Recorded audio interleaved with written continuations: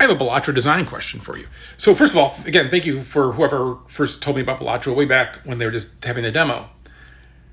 But I was arguing that it breaks a rule of game design, but that it's okay because how it recovers from it, right? So whenever you have like these hard and fast game design rules, there's always reasons to break them that really work really well. But so one of them is, for me at least, and when I talked about this with other people, a lot of people reset Balatro. So I'm curious, do you reset Balatro in the sense of like you start a run and after the first couple of blinds, you muck because your hand just sucks? Like you don't have any jokers. I've had it where I've gotten no jokers. I've had it where, just like there's nothing that can increase the multipliers of the cards or anything, and it's just not going anywhere. It's not even like I'm choosing which hand I'm going to do, right? Like four of a kind or flush or anything. It just nothing's working. There's zero. So I'll muck it. I do that a lot in this game. Where Slay the Spire, when I start off rough, I often go like, oh, what can I do with this strange hand that I can build on it?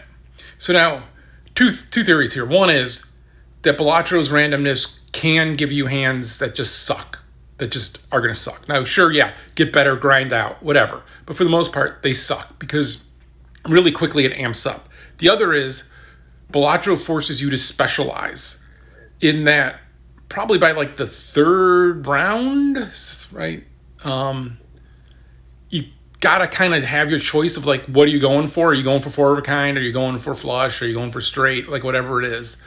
And the cards themselves overwhelmingly lend themselves, like there's more multipliers there's multipliers and then there's where it gives you 4 times or whatever, right? Like all of those almost all lend themselves to having multiples, like having pairs or triples or four of a kind. Where like if you have a straight, you're in a different stratosphere and you're probably looking for like adding cards as your multiplier or something like that, right? So it's not as clear. So do you muck a lot? Does that bother you? Because the game's successful, right? So clearly it doesn't bother people, and I think it's because it's so quick just to restart. But I think sometimes it leaves me like with a bad taste in my mouth of like, the cards just suck this today. Where again, Slay the Spire, I'm fine. I can just keep going, or I reset sometimes, but not nearly as much. So first, do you reset more in this game than other card games? Does that bother you? And then do you reset later when it just isn't coming together? Like, can you switch horses later in the game? Would be the question I have for you. I would love to see some of the stats in this. Like, I'd love to see the mucking stats of how many times people just throw in the cards and restart. Because I bet you it's extremely high for this kind of game. And again, the penalty's so low, so why not? Like, why make yourself play something that's not fun? Yeah, so kind of curious of how people approach it.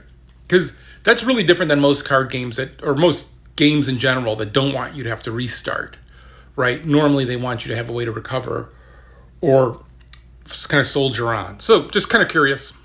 Let me know.